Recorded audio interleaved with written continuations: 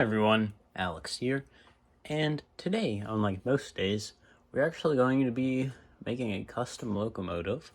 This is going to be CN 3920, a ex-citirail GEVO.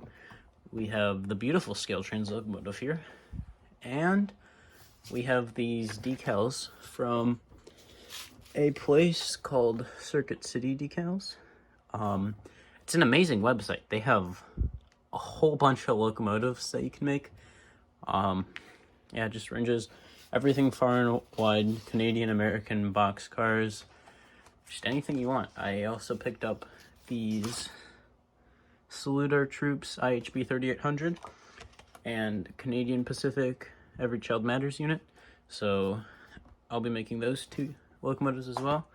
I have everything set up except for the paint itself, which has been ordered. So look forward to those videos as well in the coming days. But today our main focus is going to be turning this GEVO into this GEVO. I'll put a picture up on screen here. So let's get right into the video.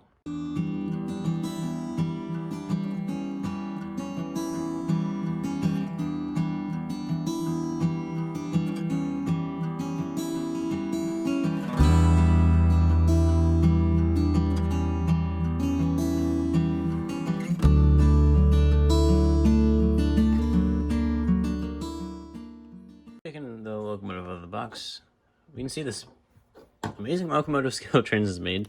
I realized I haven't reviewed these yet. I will have to eventually, and I will do my research this time. A little bit of handrail problems, but it looks pretty good.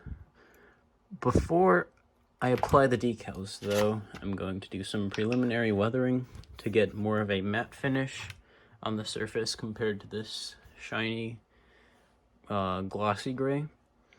And anything else that I think needs to be done that the decals will get in the way of. Otherwise, I will do the trucks and fuel tank, everything like that afterwards. So yeah, I will probably time-lapse this actually. So let's get right into that. Everyone, I went ahead and did a base coat of gray and a mixture of tan to get this sort of tannish effect towards the front and the lighter gray towards the rear of the locomotive.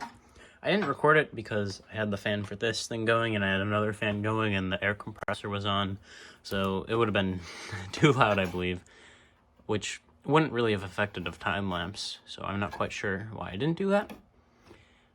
But yeah, we have the first steps of the locomotive. Once I actually apply the decals, we will do some more of the wash weathering, I guess. So I know on the locomotive, we have to add some grayish black wash here, some around this vent, and I'm not sure about the other side because I haven't really found any good pictures about that, so that'll be a little different. And then the trucks and the gas tank are going to be more of a brownish tan, according to the photos that I've seen, but we'll worry about those later as well.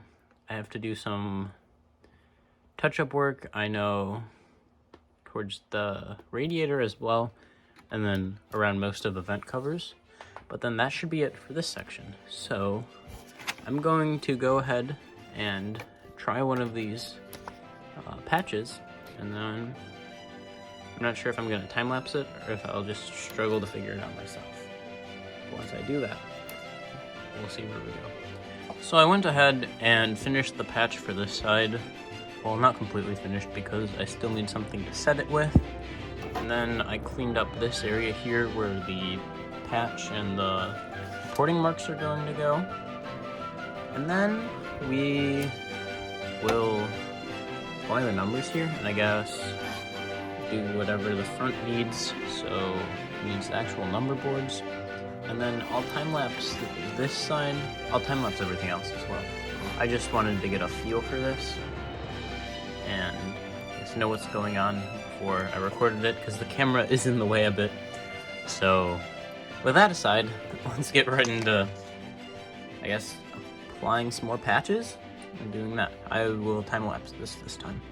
For this first time lapse, we have the decals going on for the numbers and the porting marks, so the ES44 on the very bottom. The only struggle I really had with this was the spacing between the numbers, because the first three came together and then it was really just adding the zeros on the rear and the signs. But other than that, this was pretty simple to work with. And finally, we have the locomotive finished, weathered and everything. The number boards didn't turn out the greatest, but they will get work done in the future.